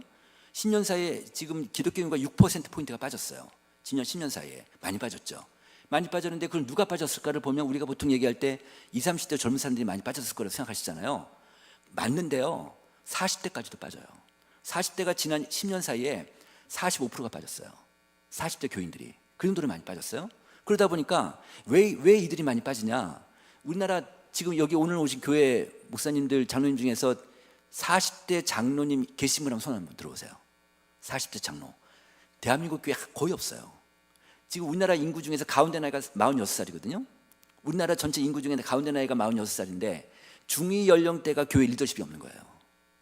없어요. 그러니까 이들도 교회 수지적인 문화에서 늘 그냥 그 시키면 시키는 대로 하니까 이들이 사회에서는 그래도 40대만 돼도 뭐 부장 임원을 하고 있는데 교회에서는 아무런 역할을 못 하니까 답답하게 이럴 데가 없는 거예요. 네, 그래서 이들을 살리려면 어떻게 해야 되느냐? 30, 40대의 의견을 받을 수 있는 통로를 만들어 주셔야 돼요. 그죠? 그래야 될 거 아니에요. 예를 하나 들을까요? 청년 있죠. 청년부 저기 합동교단 같은 합동교단이니까 저기 마포구 합정동에 서현교회라고 있어요. 그 교회 목사님 청년 사역을 많이 하시는 분인데 그분이 이제 새로 부임한 지금 한 6년인가 7년 되셨어요. 근데 그분이 이제 그분한테 직접 얘기 들었어요. 이 교회가 지금 성인 어른들 한 1,500명쯤 나오는 교회인데 근데 처음 와서 청년부가 한 100명 정도 있었대요. 한 110명 있었는데 이분이 이제 오자마자 청년위원회라는 걸 만든 거예요. 청년위원회를 만들어서 교회 당위원들하고 청년 임원들하고 한 달에 한 번씩 회의체를 만든 거예요. 회의체를 만들어서 계속 청년들 의견을 받은 거예요. 그러니까 그러면 청년들이 이제 의견을 내면 청년들 계속 얘기하다 보니까 얘기를 하게 되면 이제 교회에서 반영할 수 있는 게 있고 반영할 수 없는 게 있잖아요. 근데요, 청년들은 그게 관심이 없대요. 별로 관심 없다는 거예요. 그러니까 반영하든 안 하든 별로 상관 안 한다는 거예요. 그럼 뭘까요? 이 친구들한테는 우리 의견을 들어줬냐는 거예요. 우리 의견을 들어줬냐. 이게 청년들한테 되게 중요해요. 왜 그러냐면 청년들한테 물어보면 우리는 80% 넘게, 교회 청년들 80% 넘게 우리는 교회 동원용이라고 생각해요. 뭐 일 있으면 다 시키니까 동원용이라고 생각하는데, 그 대신에 청년들도 80%가 넘게 교회 의사결정에 참여하고 싶어 하는 거예요, 청년들이. 근데 그걸 해결해 준 거죠, 이 교회가. 30, 40대도 마찬가지예요. 30, 40대도 이 사람들의 의견은 어쨌든 교회 의사결정 라인하고 연결시킬 수 있는 게 되게 중요하다, 이렇게 좀 보실 수 있겠습니다. 자, 그다음에 이제 교원들한테 이제 그 상무상원 모임이 있냐 물어봤더니 상무상원 모임이 있는 교회가 한 40%밖에 안 돼요, 우리나라에. 지금 60%는 상무상원 모임이 없습니다. 그런데 이거 이제 상무상원 크리스찬한테 물어봤어요. 상무상원 모임이 있으면 참여하겠느냐? 그랬더니 59%가 참여하겠대요. 그다음에 부부 모임 있으면 가겠느냐? 그랬더니 55%가 가겠대요. 그다음에 직장인 모임이 필요하냐 할 때 70%가 필요하다는 거예요. 이 세 번째 볼까요? 저희 연구소도 이제 그 직원들이 이제 상무상원들이에요. 다 기혼자들이고요. 근데 얘네들하고 얘기를 해보면 저도 이 교회 생활을 하니까 좀 삶을 좀 직장에서 삶을 좀 나누고 싶어서 좀 얘기를 꺼내면 자기 얘기를 잘 안 해요. 요즘 직장인들이 자기 얘기를 잘 안 해요. 그러니까 늘 이렇게 일만 하고 집에만 빨리 가려고 하고, 그래서 저녁 때 지금 근무 끝나고 좀 회식하면서 좀 얘기 좀 하려 치면 또 꼰대라고 해서 또 안 돼요. 또 저녁 때도 회식도 못 해요. 그러니까 낮에 그냥 간단하게 회식하고만 하니까 자기 얘기를 잘 못 하거든요. 근데 이들도 사람인데 자기 고민을 좀 얘기하고 할 만한 그런 기자가 필요한데 뭐 친구들하고 술 마시면서 할 게 아니라 교회에서 저는 직장인 모임을 만들어 주시면 참 좋겠다. 그 직장인 모임을 만들면 여기서 상사 욕을 하든 뭐 하든 간에 말씀을 토대로 해서 같이 삶을 나눌 수 있으니까 저런 게 중요하지 않겠냐 보는 거죠. 그다음에 이제 오른쪽 보면은 부부 육아 모임이 필요하냐? 필요하다는 비율이 80% 이렇게 높게 나오는. 그래서 상무상원들이 이런 모임이 되게 필요하니까 저는 저 네 가지 그래프를 보면서 우리를 위해서 모임을 만들어달라고 절규하는 것 같았어요, 상무상원들이. 그런 생각이 드는 거예요. 여기 보시면 타가 역할, 이게 상무상원 이제 기혼자들한테 물어봤어요. 기혼자들한테 타가 역할이라는 부서가 필요하냐? 그랬더니 86% 필요하다는 거예요. 이렇게나 높게 나왔어요. 그래서 제가 이제 하나 또 사례 하나 말씀드리면은 그 목동에 있는 교회인데, 그 합동교단 성문교회 들어오셨나요? 성문교회가 상무상원을 되게 잘하는 교회예요. 상무상원. 그래서 이제 이 목사님이 그 사랑의 교회 부목사다 오셨어요. 그래가지고 이제 그 처음 오시자마자 상무상원 다 부른 거예요. 교회 아주 전통적인 교회예요. 그러니까 노인들 많고 상무상원 다 불러가지고, 그래서 교회가 너네한테 뭘 해줬으면 좋겠냐 물어봤어요. 그랬더니 어느 애기 엄마가 그러는 거예요. 백화점도 수유실이 있는데 왜 교회는 없어요? 그러더래요. 우리 애가 어린데 어른 양병기에 올라가기 어렵다는 거예요. 이런 얘기를 한 거예요. 무슨 깜짝 놀랐지. 그래가지고 이제 교회 어른들하고 얘기해가지고 그걸 고쳤어요. 고치면서 이들한테 쭉 얘기를 들어봤더니 이들의 관심사가 뭐냐면 육아인 거예요. 육아. 애들 키우는 게 너무 힘드니까 육아 문제, 가지고 육아 전문가 불러서 교회 세미나도 하고, 그다음에 이들은 보니까 부부 단위로 움직여요. 부부 단위로, 가족 단위로 움직이는 거예요. 주말만 되면 우리 아들 며느리도 보면 주말만 되면 지네끼리 어디 이렇게 가요 보면. 그러니까 그 주말 그냥 본인들 그냥 가족 단위로 움직이니까 교회에서 그걸 활용해가지고 가족 단위로 뭐 야외에도 보내고 교회 앞마당에서 바비큐 파티도 하고 막 그런 거야. 또 이 목사님이 또 그 토요일 날 새벽 기도를 이 애기 엄마들 다 오라고 한 거예요. 애기랑 같이 와서 새벽 기도 끝난 다음에 애기 또 안수 기도를 다 해주는 거예요. 이렇게 한 거예요. 이렇게 하다가 이제 안 되겠다 싶어가지고, 그래서 이제 그 전통적인 교구가 있으니까 이 목사님이 지금 여기 그 공항 배달교회처럼 상공사공들만 빼가지고 교구를 만들었어요. 상공사공을 빼가지고 교구를 만들었더니 그때부터 잘 되기 시작하는 거예요. 자기네끼리 소그룹을 만들어서 특히 이제 남편들을 소그룹 리더를 시켜가지고 가족 단위로, 그래서 이제 소그룹을 하다 보니까 잘 되다 보니까 이게 사람들이 오기 시작하는 거예요. 지금 어떤 현상이 벌어지냐면 한국교회가 상공사공들이 많은 교회가 교회학교가 바글바글 할 거 아니에요. 상공사공이 없으면 교회학교 서늘하죠. 없단 말이에요. 상공사공들이 많은 교회가 상공사공이 더 와요. 근데 상공사공도 없는 교회들은요, 있는 상공사공들 뺏기는 현상들이 나타나요. 제 며느리가 제가 다니는 교회하고 며느리 다니는 교회가 틀려요. 근데 우리 며느리 다니는 교회가 상공사공을 되게 잘해요. 저는 지금 아까 제가 앞부분에 말씀드린 대로 전도가 잘 안 되잖아요. 지금 한국교회 전도가 잘 안 되는데, 저는 또 다른 전도 전략이 있다면 교회의 만족도를 올리는 거예요. 교회 만족도를 올리면, 이게 참 종교라는 게 희한해서 우리 교회가 마음에 들면 그러면은 내가 전도 훈련을 안 받았어도 교회를 소개하게 돼 있어요. 저는 제 집사람 무서워가지고 제 친구들 집에 못 데려와요. 근데 우리 며느리는 유치원 엄마들 데려와서 밥해 먹고 막 그러더라고요. 제가 우연히 그 장면을 봤는데 제 며느리가 자기네 교회 상군사군 잘하는 걸 자랑하더라고, 교회 그 엄마들한테. 근데 그 엄마들이 코로나 이후에 교회 떠난 사람들이 있었거든요. 그런 식으로 전도를 하는 거예요. 그러니까 그만큼 이제 이 상군사군들이 그렇다는 걸 좀 말씀드리고, 또 이 교회가 또 어떤 걸 했냐면, 결정적으로 뭘 했냐면 이 타가 역할 이걸 했어요. 교회 권사님들이 그 힘드시니까 아기 보는 거 힘드시잖아요. 근데 이제 교회를 위해서 아기를 보겠다고 손든 권사님들이 계신 거예요. 그래서 타가 팀을, 아이들 돌봄 팀을 만들었어요, 이 교회가. 그래서 권사님들 팀을 만들어 가지고 이 엄마 아빠가 주일날 아침에 아기를 데리고 오면, 그러면은 이 권사님이 아기를 받아서, 그리고 이제 아기를 받아서 아기를 돌보면 이제 엄마 아빠 같이 예배드리고, 예배 끝나고 엄마 아빠 같이 밥 먹고 교인들 친구 나누고, 집에 갈 때 애들 데려가는 이런 시스템을 만든 거예요. 이렇게. 그러니까 엄마들 입장에서는 굉장한 거죠. 왜냐하면 이제 주일날 아기 데리고 오면은 잠옷실 같은 데서 아기 보면은 뭐 예배 시간에 애들 떠들고 하면은 목사님 설교도 못 듣고 집에 가는데, 그걸 교회가 해결해 준 거예요. 그래서 이제 그거를 처음 하는 날, 그 프로그램을 처음 하는 날, 엄마 아빠가 애를 데리고 맡기고 예배드리고 교회 식당에서 밥을 먹는데, 교회 식당에서 간단한 이벤트를 했대요. 그래가지고 이제 엄마 아빠 앞에 앉혀놓고 식당에서 가운데 촛불 켜놓고 이제 간단한 행사를 했는데, 그날 엄마들이 대부분 울었대요. 교회 고마워가지고. 이게 소문이 난 거예요. 그래서 상군 사람들이 몰려든 거예요. 이 교회로. 그게 지금 이 교회가 2,000명이 됐는데, 이 목사님 오시면 많이 커졌죠. 2,000명이 됐는데 상군 사원들이 1,200명이래요. 1,200명이 넘게 나와요. 그러니까 이 교회는 미래장조 교회가 된 거죠. 너무 이제 에너지가 높아지는 거고, 그런 교회도 있습니다. 그래서 상군 사원 사역을 잘해야 되는데 문제가 있어요. 상군 사원을 너무 치중하다 보면 노인들이 삐지세요. 그죠? 노인들이 삐지세요. 이 노인들은 세상에, 우리가 평생 동안 헌신하고 있는데 우리는 뒷방지구니처럼 취급할 거냐, 이래가지고 노인들이 힘드시니까. 그래서 이제 그 노인 사역을 좀 말씀드릴게요. 자, 볼게요. 그 12월 23일인가? 작년 12월 23일 날 드디어 우리나라가 초고령 사회가 되는 그 전 언론에다 발표가 됐어요. 무슨 얘기냐면, 이제 고령화 사회가 있고 고령 사회가 있고 초고령 사회가 있어요. 고령화 사회는 우리나라 전체 인구 중에서 65세 이상 인구가 7%일 때, 고령 사회는 14%일 때, 그 다음에 초고령 사회는 20%일 때, 이렇게 된, 그냥 우리나라 드디어 초고령 사회가 된 거예요.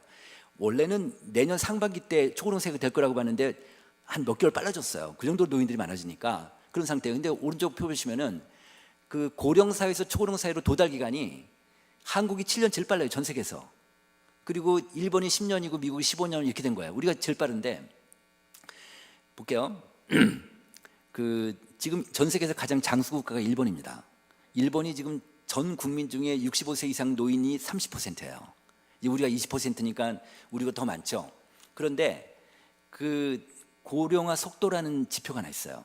고령화 속도가 뭐냐면 1년 사이에 65세 이상 인구가 몇 퍼센트 증가했는지, 이게 고령화 속도예요. 근데 이 고령화 속도가 일본이 2.2%예요. 한국이 4.4%예요. 한국이 2배가 높아요. 그러니까 한국이 일본을 계속 쫓아가고 있어요. 이게 언제 쫓아가냐, 언제까지 되냐, 언제 역전되냐면 2043년에 역전되는 걸로 한국 통계청에서 발표가 됐어요. 2043년이 되면 그다음부터 우리나라 전 세계에서 가장 늙은 국가가 됩니다. 그 정도 노인들이 많아진다는 건데요. 그래서 이거 볼게요. 아까 제가 보여드렸던 신앙 성장에 도움받는 게 뭐냐 물어봤을 때, 아까 미디어도 있고 가족 변수가 높아졌잖아요. 근데요, 이 노인분들은요, 미디어고 가족이고 다 필요 없어요. 무조건 목사님이에요. 노인분들은 무조건 목사님이다.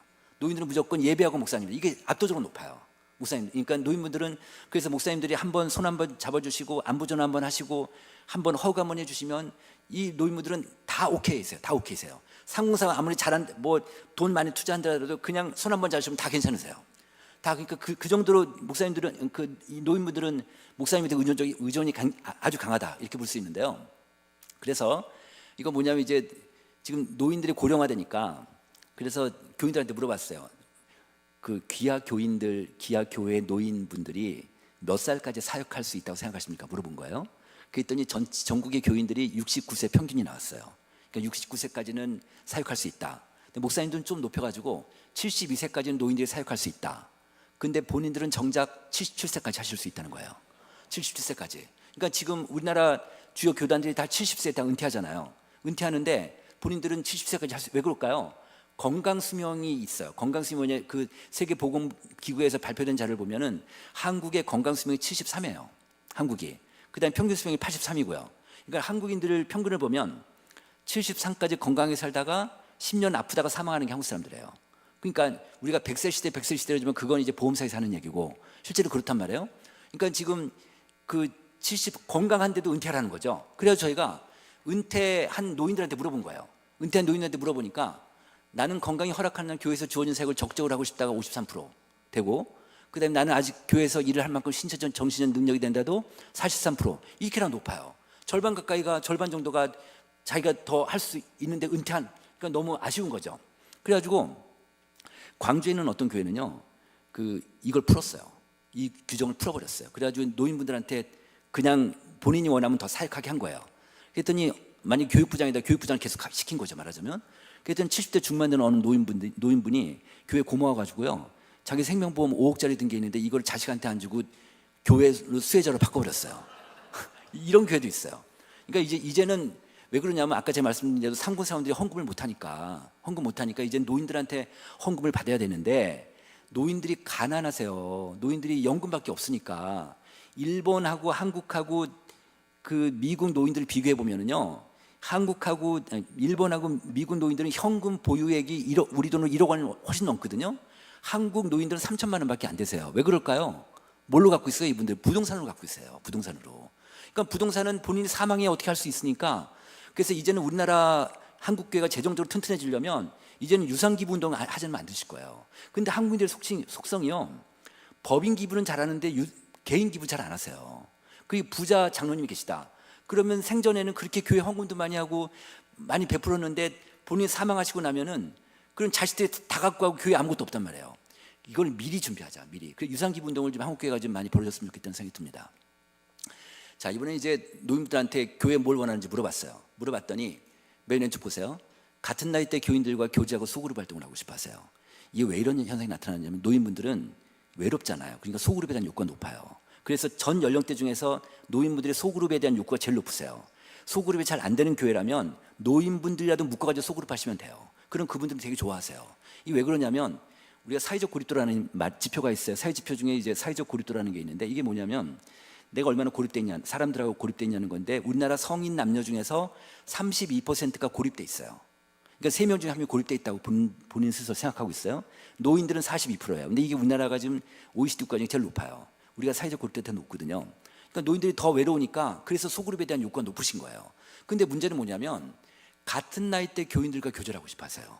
이게 뭐냐? 60대 노인들이 70대 노인들하고 어울리고 싶어 하지 않는 거예요. 또 70대는 80대하고 또 어울리고 싶어 하지 않으세요. 근데 거꾸로 80대는 70대하고 60대하고 어울리고 싶어 할 거 아니에요. 그죠? 그러니까 이런 딜레마가 있어요. 자, 이걸 교회에서 알아서 잘 하시면 되는데, 근데 제가 하나 말씀드리고 싶은 건 뭐냐면, 여기 지금 58년 개띠들 계시죠? 58년 개띠들. 그분들이 베이비부머 세대들이세요. 베이비부머가 지금 60대 중반에서 후반으로 가고 계신데, 이 베이비부머 세대들의 특징이 있어요. 이분들을 소위 얘기해서 액티브 시니어라고 불러요. 이분들의 생각은요, 70대하고 다르게 내 재산을 내가 다 쓰고 간다, 이런 생각을 갖고 계세요. 자식한테 안 준다. 그리고 내가 충분히 내 삶을 영위할 거고, 나 충분히 사회활동 많이 할 거고, 뭐 이런 생각을 갖고 계신 거예요. 그러니까 완전히 생각들이 달라요, 70대하고. 또 하나 뭐냐면 이 액티브 시니어들은 고학력자가 많아요. 고학력자가. 그래서 그 이전 세대하고는요, 정말 많이 생각이 달라요. 특히 정치 성향이 달라요. 예를 들면 10년 전만 해도 60대만 하더라도요, 보수 정당을 다 찍었어요. 그런데 지금은요, 60대만 하더라도 민주당이 한 절반 가까이 돼요. 이 정도로. 왜 그러냐면 이 학력 변수하고 이념 변수하고 상관도가 높거든요. 그래서 그래요. 그러니까 이제 60대하고 70대, 또 하나 60대 특징이 뭐냐면 부자들이 많아요. 부자들이. 왜냐하면 한국 경제 성장기에 편승해서 많은 부를 축적했단 말이에요. 70대는 좀 안 그렇죠. 그래서 60대하고 70대는 다른 세계 사람들이에요. 그러니까 소그룹을 하시더라도 70, 80 같이 묶더라도 60대는 끊어내는 게 좋으세요. 그렇게. 그리고 두 번째, 목회자의 관심과 연락, 아까 제가 말씀드린 거고, 세 번째는 뭐냐면 여가 시간 활용을 위한 프로그램들, 이 소위 얘기해서 노인대학 같은 거예요. 주중에 이제 노인대학 하잖아요. 근데 이분들은요, 이 노인대학을 할 때 워낙 많이 사셨으니까 우리끼리 하지 말고 교회 문 열어서 교회 밖에 노인들 같이 데려가서 같이 하자, 이런 인식이 강하세요. 또 하나 뭐냐면 이 노인분들의 특징이 또 하나 뭐냐면 노인으로 자기 스스로를 규정화시키는 걸 싫어하세요. 힘들어하세요. 자기는 아직 노인이 아닌데. 그래서 노인대학 할 때 노인자를 싫어하세요. 이 실버 이런 거 싫어하고요. 은빛 이런 거 싫어하고요. 늘푸른 이런 거 싫어하세요. 그러니까 노인 관련된 그 모임을 만드실 때는 노인과 연관된 단어는 안 쓰시는 게 좋아요. 네, 그렇습니다. 자, 이제 또 하나 뭐냐면 이제 저희가 실험을 해봤는데 노인분들 중에 소그룹 하는 분들하고 안 하는 분들이 있잖아요. 이 두 그룹을 갖고 한번 뭘 물어봤냐면 고령 친화적 교회 특성들을 보여준 거예요. 그리고 귀하 교회는 어떠냐 물어봤어요. 맨 왼쪽 보세요. 파란색이 그 소그룹 안 하는 분들이고 빨간색이 소그룹 하는 분들이에요. 근데 파란색을 보면 그 왼쪽 보시면 우리 교회는 고령자의 영적 성장을 지원하고 있어. 그렇다는 비율이 소그룹 안 하는 분들은 40%고요. 하는 분들은 58% 응답하셨어요. 두 번째 볼게요. 우리 교회는 설교 교육에서 노년기 문제를 다루고 있어. 이게 소그룹 안 하는 분들은 45%고 소그룹 하는 분들은 62%예요. 이게 무슨 뜻이냐면 소그룹 하는 분들이 안 하는 분보다 우리 교회를 좀 더 고령 친화적 교회로 생각하시는 거예요. 그래서 이 소그룹 그 노인 전문 사역자들 얘기를 들어보면 이분들은 노인 전문가들은요. 노인 사역을 하는데 절대적으로 소그룹이 필요하다. 그래서 노인 사역에서는 이 고령 친화적 교회 핵심 키가 소그룹이다 이렇게 얘기하시는 거예요. 그래서 앞으로 점점 더 노인들이 많아지기 때문에 노인들을 소그룹 모는 게 되게 중요하다 이렇게 보실 수 있겠습니다. 자, 그다음에 또 하나 이제 조부모 교육 하나 말씀드릴게요. 이 오른쪽 그래프 뭐냐면 전국 보육 실태 조사라고 3년마다 우리나라 정부에서 하는 게 있어요. 이게 뭐냐면 이제 영유아 부모들 있죠, 애기들 영유아 부모들한테 물어보는 거예요. 뭘 물어봤냐면 귀하 부부 말고 아이들 누가 키우냐고 누가 돌보냐고 물어봤어요. 그랬더니 2018년도에는 조부모가 키운다는 비율이 38%고요. 21년도에는 조부모 비율이 49%예요. 이렇게 지금 그 마지막 데이터인데요. 이거 무슨 얘기냐면 여러분들 교회에 노인분들 중에서 손주가 있는 분들 중에서는 2명 중에 1명이 그게 풀타임이 됐든 파타임이 됐든 아이들을 지금 케어하고 있는 거예요. 아이를 돌보고 있는 거예요. 왼쪽 그래프를 보시면 손주가 있는 교인들한테 물어봤어요. 손주 양육이나 교육 관심도가 있냐 물어봤더니 그랬더니 관심 있다는 비율이 69%예요. 69%인데 65세 이상 할머니 할아버지들은 80%가 관심이 있대요. 그만큼 손주하고 지금 굉장히 가깝게 있는 거죠. 제가 이제 제 얘기를 말씀드리면 제가 저희 집에 이제 제가 손녀가 지금 7살이에요. 근데 저희 집 밤 풍경을 보면 이제 밤에 9시쯤 되면 이제 애 엄마 아빠는 지방에 들어가고 저희 방에 있으면 이제 애가 우리 방에 와요. 그러면 이제 할머니 기도, 할아버지 기도 그래요. 그럼 저희 그날 지명된 사람이 개방에 가서 기도를 해주고 재워야 돼요. 그런데 어릴 때부터 그렇게 갔었어요. 근데 저희 부부에 문제가 하나 있어요. 애를 위해서 기도하는 거 말고는 할 줄 아는 게 없는 거예요. 잘 모르겠어요. 저 배우질 않았어요. 그래서 이제는 이 아이를 케어해주는 할머니 할아버지한테 교육을 시킬 필요가 있겠다. 무슨 얘기냐면 이 부모들 맞벌이 비율이 서울 같으면 50%가 훨씬 넘어가거든요. 맞벌이 비율이 높으니까 아이들 신앙적으로 케어할 수 있는 게 없단 말이에요. 그러니까 이제는 할머니 할아버지가 동원돼서 다음 세대 교육을 시켜야겠다. 이렇게 좀 볼 수 있겠습니다. 자, 마무리하겠습니다. 혹시 여러분들 이 책 혹시 보신 분 계세요? 죽은 교회를 부검하다는 책이 있어요.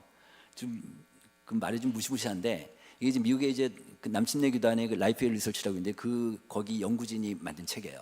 이게 뭐냐면 미국의 그 문 닫은 교회들 있죠. 문 닫은 교회들의 목사하고 문 닫은 교회 교인들을 이 리서치 이 회사의 연구진들이 가서 인터뷰를 한 거예요. 인터뷰를 해서 쫙 인터뷰를 다 해서 이 문 닫은 교회들의 10가지 특징을 뽑아낸 거예요. 10가지 특징을 뽑아내서 제가 쭉 읽어봤더니 10가지 특징 중을 관통하는 한 가지 주제가 있었어요. 그게 이거였어요. 목사든 교인이든 어떠한 변화도 한사코 거부했다는 거예요. 네, 지금은 한국 사회가 되게 변동이 심한 사회예요. 그러니까 정말 좀 빠르게 아까 제가 오늘 보여드린 거 정말 빠르게 변화되고 있는데 어느 교회는 끝까지 버티고 변하지 않으려고 하는 교회가 있어요. 자, 잭웰치라는 그 지휘 전 회장이 임원회의 때마다 했던 말이 저 영어 단어예요. Change와 die. 이게 뭐예요? 변하지 않으면 우린 죽는다. 이런 말이에요. 이제는 한국 교회도 그 기업 용어 중에서 기업에서 많이 쓰는 단어인데 스포츠 용어인데 농구 용어인데 피버팅이라는 단어 혹시 들어보셨어요? 피버팅. 이제 농구 선수가 공을 리바운드 할 때 한쪽 발은 가만 놔두고 다른 한쪽 발은 자유자재로 움직일 수 있는 게 피버팅이다. 그러니까 그 정도로 기업이 생존하기 위해서는 피버팅이 되게 중요한데 교회도 마찬가지 아닌가라는 생각이 드는 거예요. 교회도 복음이라는 핵심 가치는 가만 놔두더라도 다른 거 다 바꿀 수 있다. 우리가 뭘 바꿀 수 있을까? 여러분들 갖고 계신 섬기고 있는 부서들, 우리 교회 각 파트별로 우리 부서에서 뭘 바꿀 수 있을까? 이런 것들을 계속해서 고민하고 연구하고 해서 계속해서 변화나가는 것이 결국은 이런 변화되는 시대에서는 우리가 생존할 수 있는 방법이 아니겠는가 이런 생각이 들었습니다. 여기까지 마치겠습니다. 감사합니다. 네.